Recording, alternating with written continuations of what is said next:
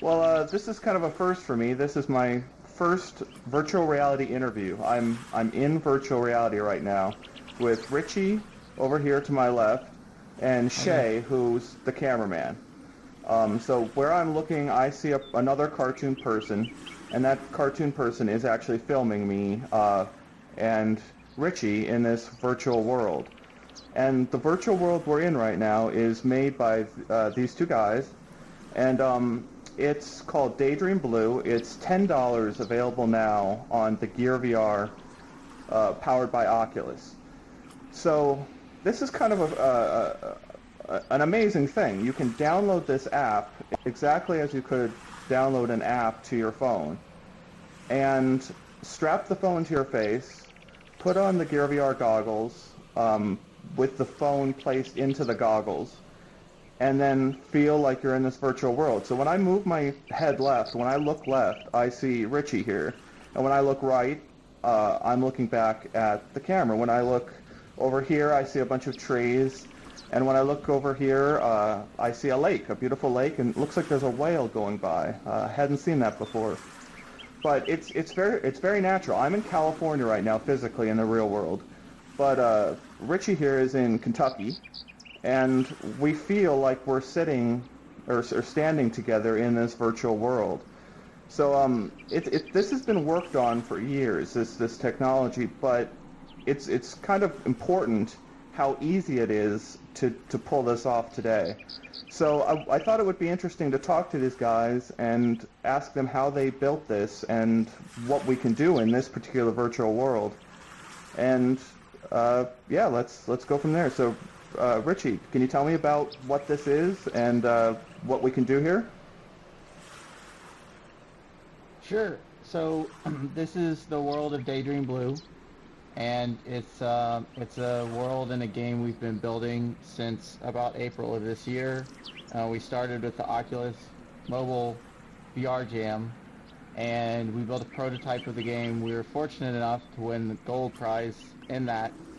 And the one thing we felt that we really wanted to do that we didn't explore in the jam was to bring people together, so to add multiplayer. So for the past 6 months since the jam, we've been working on the single player core game, and we released that in September, but we've also been working every week on multiplayer. And just a couple of days ago, we launched our beta multiplayer on the Gear VR store.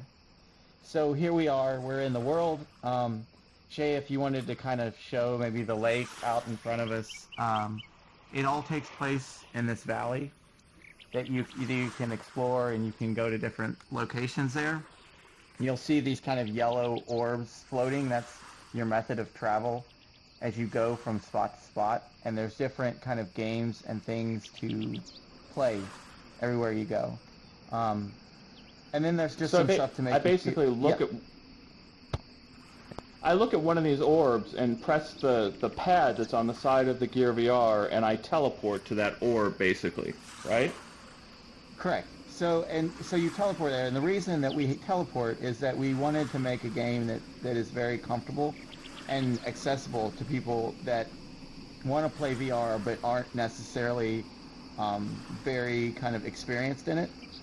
So we want something that puts the user first, and they feel comfortable and relaxed in there, and they don't have any discomfort or issues with nausea or these things that can happen in VR. And so you just kind of teleport around.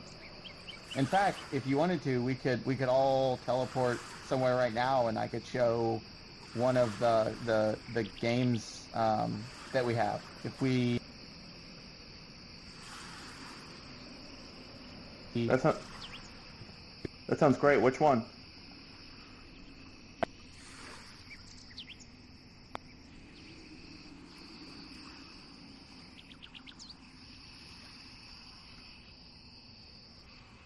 Where did Richie go? Hey, sorry. Oh, Yeah, sorry. I don't know. I don't know if it kicked me out or um, both of us are on the same network. Uh, and you're talking to California, so you guys are both in Kentucky and I'm in California, and we should expect a few glitches from time to time because this is a beta, right? yeah. Well, I think being in California is probably isn't a problem. It might be we've had some trouble with our internet connection. We're both in the same house, so I think it's just that the connection dropped or something for me. I'm not sure. What I was gonna say is I can bring out my laser pointer, or I accidentally logged myself out, and I can point over here. So if you want to go, yeah, if we want to go over here, and maybe Shay, you'll go. I'll go first, and then Shay can go.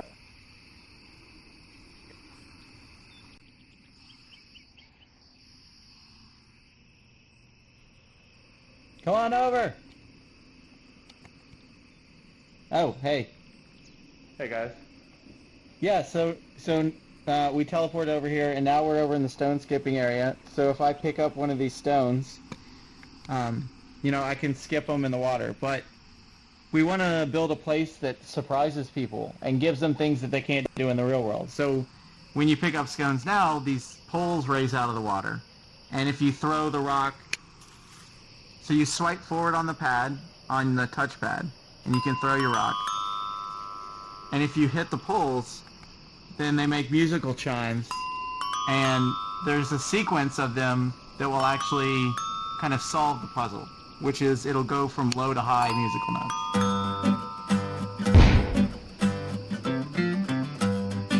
So I actually got a level up just now. That's it. Yeah, there we go.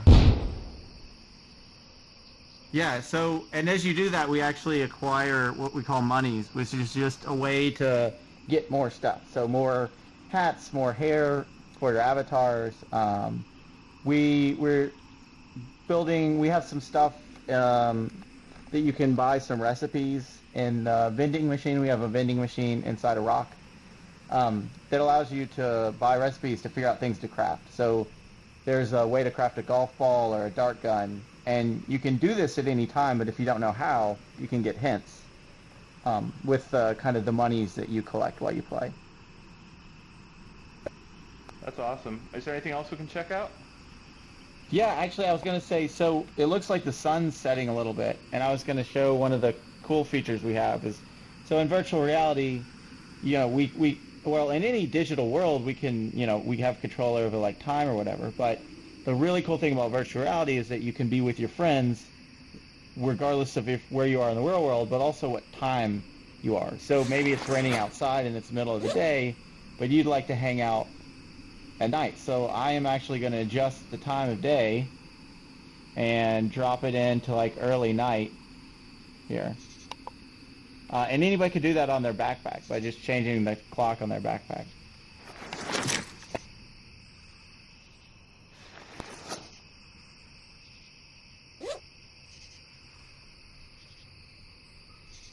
Yeah, that's awesome. So there you go. Now you're going. So it's going wildly through the day.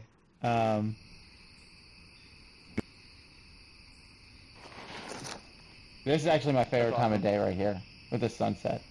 But yeah, so we can go back and show some fishing. We can go over to the fishing hole and do some fishing, and then we need to get a little bit of. Or actually, yeah, let's go over there real quick. So if you head over the fishing hole across the water. I'll go ahead and go there first. Yeah, and there's Shay. Yeah, so here is fishing. Right now we only have the one fishing pole, so people have to fight over it. But you know, I could throw it here and I could fish, hang out with other people. Shay, why don't you grab the boombox and pull it over here? And just throw on a tune real quick and you can see. Yeah, maybe turn it down a little bit. But yeah, you put on some music while you're playing. So some of the activities yeah, go ahead. I love the fishing. It's so relaxing. Yeah, I mean, that's part of the thing, is the idea of just being able to relax and get away from the world. But then when you can do it with your friends, then it becomes a lot more kind of fun and playful as well. So actually, one of the things that we do sometimes is we just go out to the water, put it to nighttime, especially when we're in California, and we would just hang out with our friend we were supposed to be testing, but by the end of the night we just end up sitting there in the water and talking about what's going on, and it's cool. It's like it's you get the same information from the voice from a phone, but what's different is that you get their body language, you see how they're looking, but more importantly, you feel like you're near them. I mean, it's such a strange experience that I mean, it's just only possible in virtual reality. I've never experienced it before, virtual reality, a feeling right next to somebody else. Like the fact that you're right to my right, but you're really in California. Yeah, it's incredible. And one of the things I wanted to ask you was, there's a lot of people that would probably watch. We post this on YouTube. There's probably gonna be a lot of people that are watching that are wondering what it takes to build something like this. So, how did you guys end up working together, and what kind of skills did you have to have, and time commitment did you have to put in to pull this off? Well, so skill-wise, I am on the art side and Shay's on the programming side. It's not that, it doesn't break down that simply on a day-to-day basis because there's only two of us. We have some help sometimes from contractors, but the majority of the game has been built by us two. So on a given day, there's all sorts of tasks that we have to do. Yeah, Shay has a degree in CS, computer science, and then we worked together at Superstol, the previous company that I was a part of, for 2 years. And I think we've been using Unity the whole time. I have an art background, but it was actually in fine art, so I kind of self-taught with 3D modeling and that kind of stuff. But use Maya, Photoshop, those are the two main programs that I use for creating 3D art assets. And then Unity is our game engine. I mean, skill-wise, I think code is always important. Engines have allowed it to be, made it more accessible for people to make games without a deep understanding of programming. However, I think that because virtual reality is pretty cutting edge, it's probably more beneficial in virtual reality than outside of it to be able to know additional coding skills, because you're going to constantly run up to issues with the engine you're using, or say the APIs that Oculus are providing, stuff like that, or the SDK they're providing. But I mean, are you? Go ahead. I was just gonna say, if people are interested, it's very easy to get started now with. Engines are free, like Unity's free. Maya costs money if you're not a student, but you can get Blender, you can get GIMP, which is a free alternative to Photoshop. So it's very easy to get the tools to start learning how to build, which is great. Yeah. So what is your end goal though? What do you think this will look like in a year? The Rift is coming out. There's a lot of other headsets being worked on.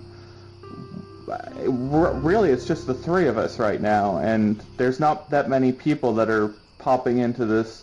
This app was available literally a couple days ago, and people haven't discovered it yet. But how many people do you expect to be jumping into these rooms in the next year? And how, if you spend another year building this, how much is it going to change, and how much better is it going to get than even this impressive situation we're in right now?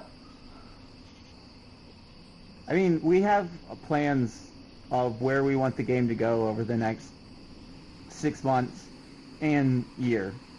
And it gets pretty weird, but in an awesome way. Like, we've got some pretty wild ideas about how we want to build this game out.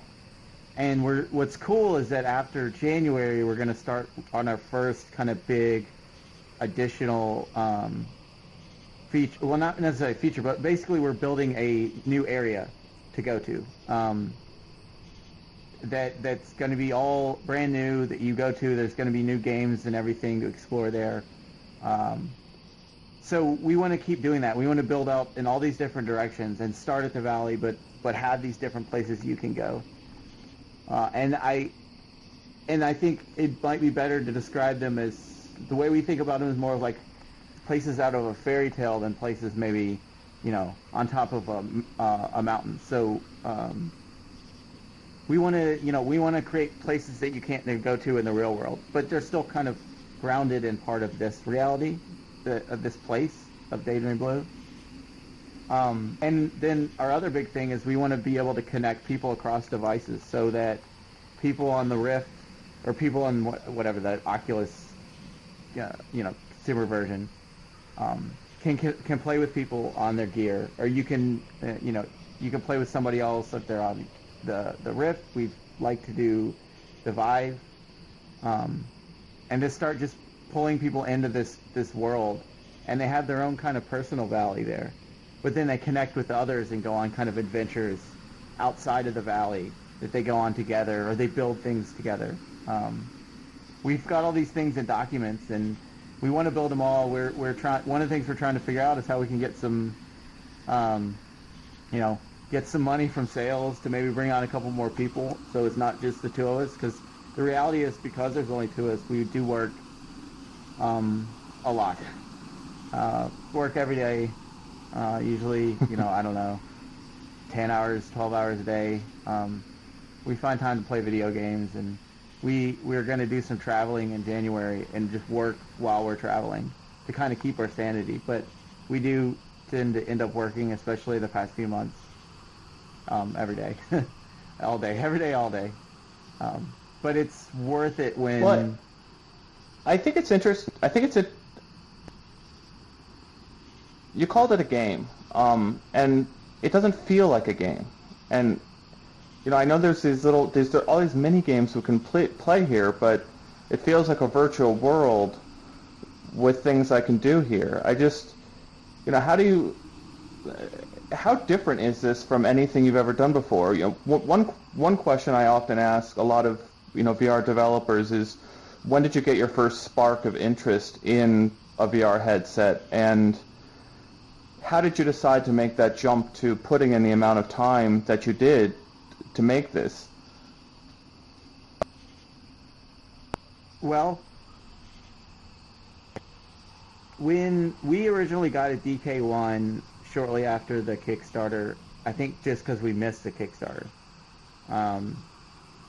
because it just, the idea of VR at an affordable price point was too much to pass. And then we tried it, and we were amazed. So we were like, we want to do stuff with this.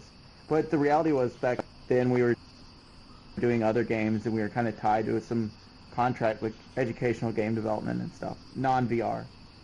So we put it on the back burner. We didn't really do anything, but we wanted to. And then the stars kind of aligned with, we were at GDC for a weird kind of experimental game we made, where you actually, we modded Xbox 360 controllers, and then you raced them, by rumbling them. And I caught John Carmack's talk, and he was talking about mobile VR, and it's happening this year, and it seemed like a perfect time to give it another go. And then the Jam was going on, and so we just made a game for the Jam that we thought, regardless of what happens, because we may not be making games, after this, we may not make VR games, who knows? So let's just make something that we think would be great, that we feel like really kind of takes advantage of what VR can be, and leave it at that.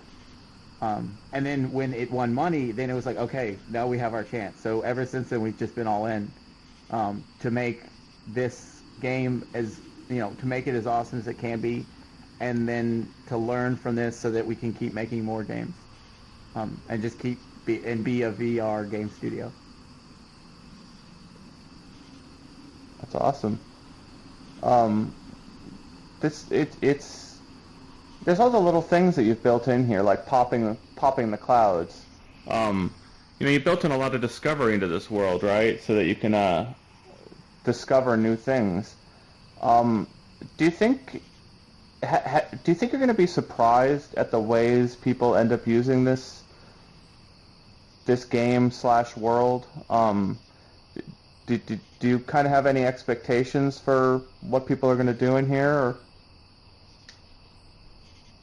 I mean, what we would like is to be surprised. Like, if people were playing, or not even playing, if people were experiencing this place and kind of their ritual of coming here, what they did here, was something we never thought about, that would be amazing for us. Because we've tried to build it so that we don't really, we give people like a place to go to be and to play in and to explore. But we don't want to tell people how to necessarily play. That's why we don't really have a linear kind of progression, and there's no way to really win. So yeah, it would be amazing, and we think right now people tend to play kind of a bit more traditional, like they come in and play some games. Some people tend to kind of do the tasks on the board, but we have heard of people that just like to come in here and lay on the raft and look up at the clouds. And I had some of the other day that told me that they like to go on the raft and look up at the clouds and relax. And one time they fell asleep. When they woke up, they were so confused as to where they were because they were in virtual reality. Like, that's pretty cool. Somebody caught a catfish. Yeah, I decided to fish while we were talking. Yeah. How do I put it in my backpack? So if you swipe down there, and so now you're in front. If you just hold the touchpad, you'll put it in your backpack. Okay. So now it's in your backpack. So now I have a fish for later. Yeah, you can cook it. Oh, we didn't show the robot. Have you seen the robot actually, Ralph? I haven't. Oh, so if we go back to the skipping stones real quick.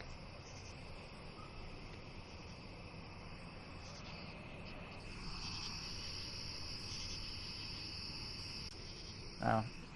Actually, and I wanted to show golf too, but yeah, so I'll just hit this little robot. It's trying to go right through the day. Oh no, there we go. So we called the robot in. You can hear the airplane coming over. You look up above, you'll see our delivery.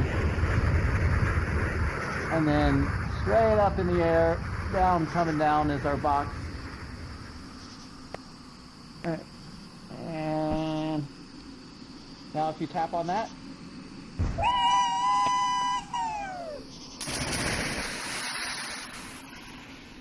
so this is Ralph.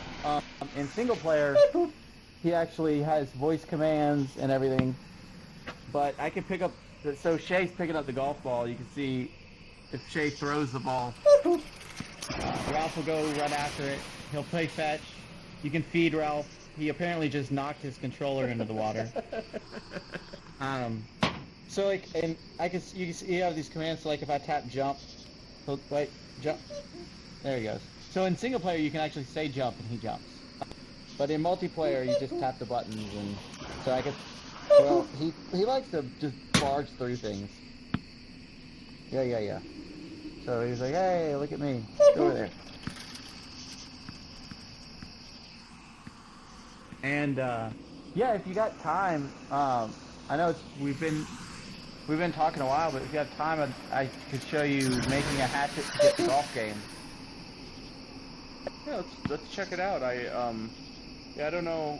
The biggest thing, I don't know how many people are going to watch like the full length of this video, but I find this fascinating. I mean, it's just incredible. I want to make sure people understand that this is a cell phone. A cell phone is showing this world to all three of us at the same time. It's just incredible to me. So yeah, I mean, let's check out what else you've got to show. Okay, so here, the laser light looks nice at night. So we go back to the main camping site.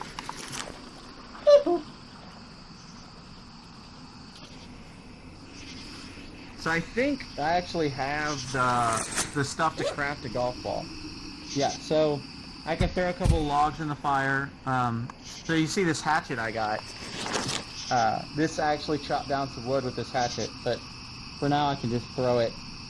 Well, I'll just throw it in a tree, yeah. Well, I missed. So it would have gone in a tree had I been able to aim. Throw a rock in there, and then... Oh, I don't have a coconut. Actually, I'll be back in a second. For us. Oh, yeah. That's amazing. Good job, Ralph. I didn't really want it, but way to go. Oh, it hit its head. Alright, I will be back. I'm gonna go grab some wood real quick.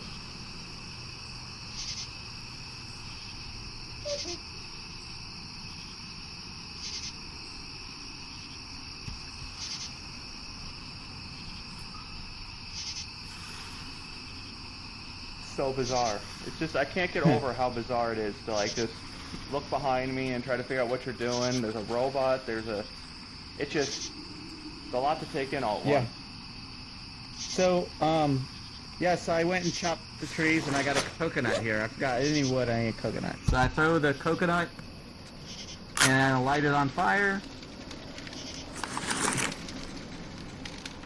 And so this is our crafting. I'm gonna make a golf ball.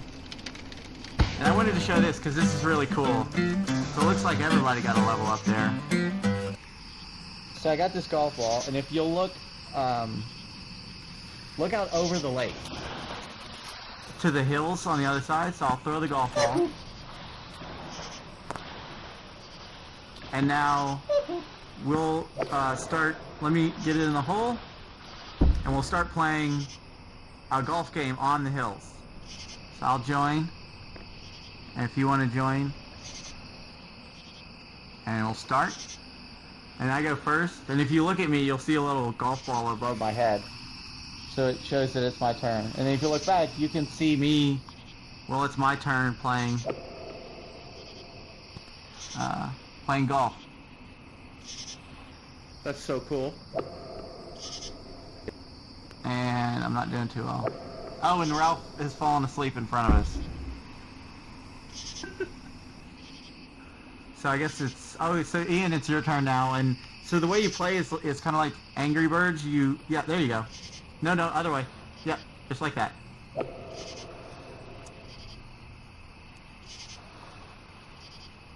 So I'm tapping the touchpad, pulling it back like an Angry Bird, and releasing. And you might... No, it's going to roll back. So I might change the lighting here to give us a little better lighting. Oh, whoa, look at that. Bright. A little more. There we go.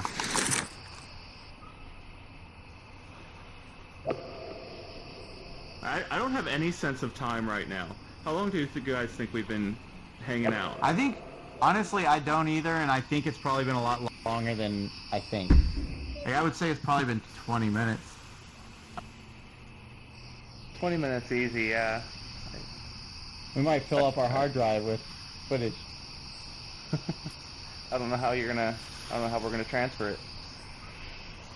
We'll probably just put it up on Google Drive, maybe, and share it with you. That'd be awesome. Alright, good job, Ralph. Oh, he's playing fetch with himself in the water. So he's throwing the ball.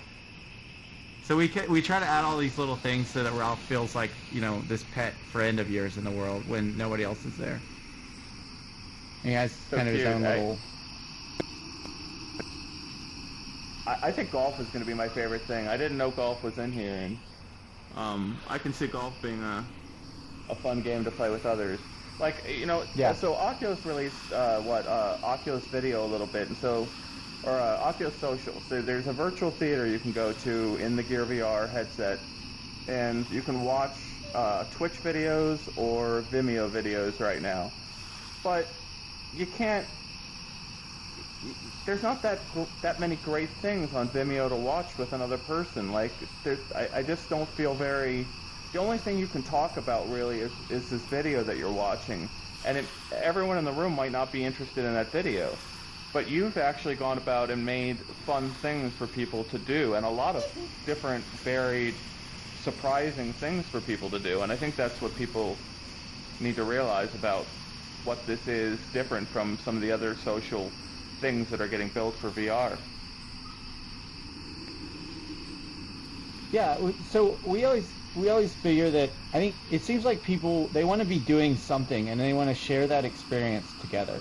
I don't really want to just sit across from my friend and look at them and talk. And even if we do, maybe we do, but we have a cup of coffee that we're making.